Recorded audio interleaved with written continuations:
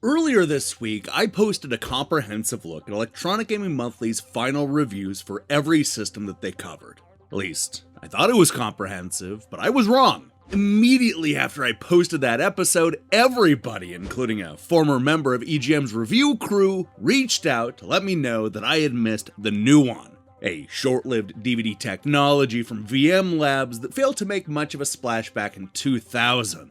How could this have happened?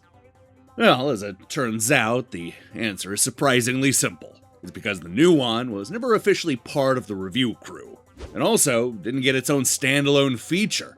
Believe it or not, all the Nuon reviews were actually crammed into the very last place that you would look. The news section! Seriously, who puts a bunch of reviews next to the hard-hitting news? No wonder I completely skipped over the system. To make up for this oversight, I want to count down Electronic Gaming Monthly's top 4 Nuon games.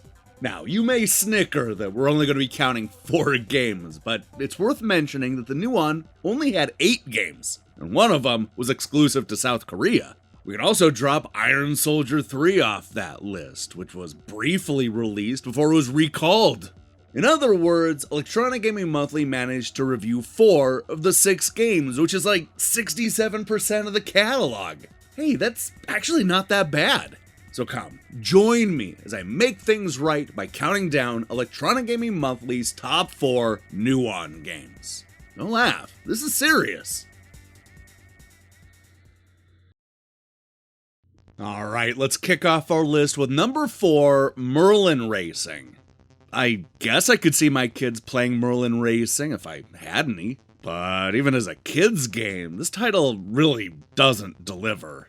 A shameless Mario Kart ripoff, the weapons in Merlin Racing seem limited to different mines and grenades, a straight-shot missile, homing missile, and a shield.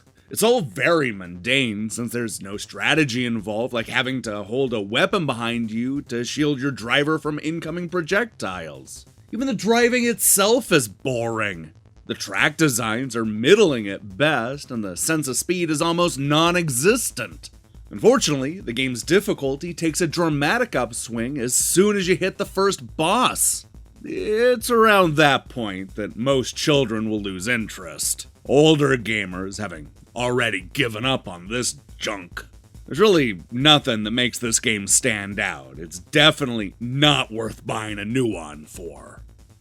Number 3, the next Tetris Deluxe. For those who don't know what the next Tetris is, a quick primer. It's Tetris, where each stage begins with a few randomly placed blocks. When you clear those, the stage ends, and your rank goes up based on your speed. The pieces are the same familiar Tetris shapes, but made of different colors that can break apart and fall into slots, filling up holes to clear more lines. I'm not a big fan of the next Tetris for any system. I prefer the good old Tetris any day. But the Nuon version is decent, if nothing special.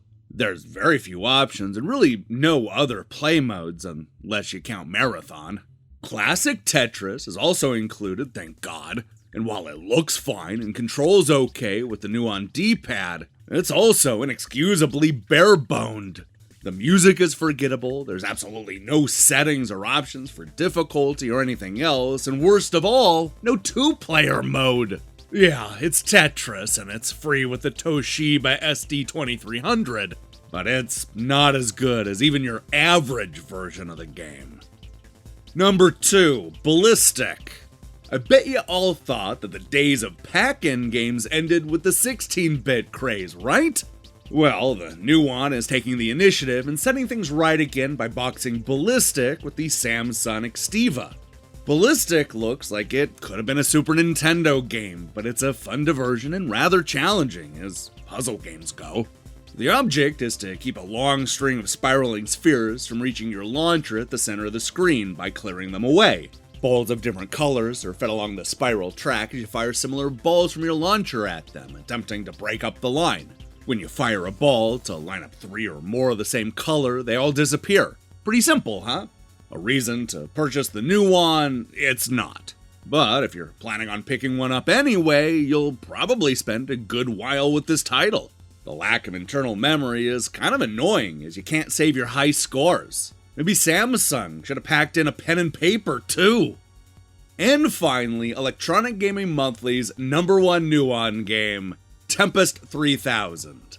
I'm a big fan of the Jaguar Tempest 2000 and its PlayStation and Saturn incarnations, so I went into this game thinking that it was going to be great, and I wasn't let down completely. Without question, the subtle nuances added to the gameplay make this the best Tempest ever.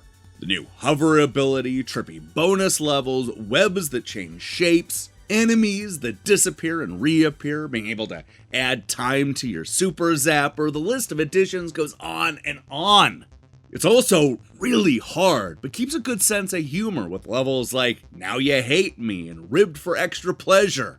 But the blurry graphics will likely kill the enjoyment for all but the staunchest classic gamers.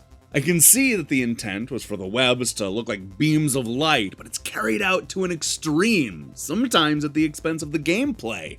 Maybe someone will sharpen it up a bit and put it out on another system. It's a strong game if you already bought a Nuon.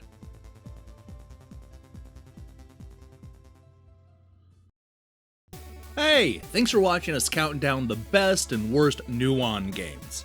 If you like shows like this, then you'll be happy to know that we have a whole playlist full of EGM Ranks episodes, including ones where we go over the Jaguar and the CDI, the 32X, and a whole lot more. Now, here's the question I have for you. What classic system doesn't get talked about enough these days? Look, I started the Defunct Games website all the way back in 2001 to look at a lot of those also-ran systems that were quickly being discarded and forgotten. I've always had a soft spot for something like the Lynx or the Neo Geo Pocket Color. What system do you fear has been forgotten to time? Let me see your picks in the comments below. We'll be back next week to look at some Cubite classics, as well as some more reviews.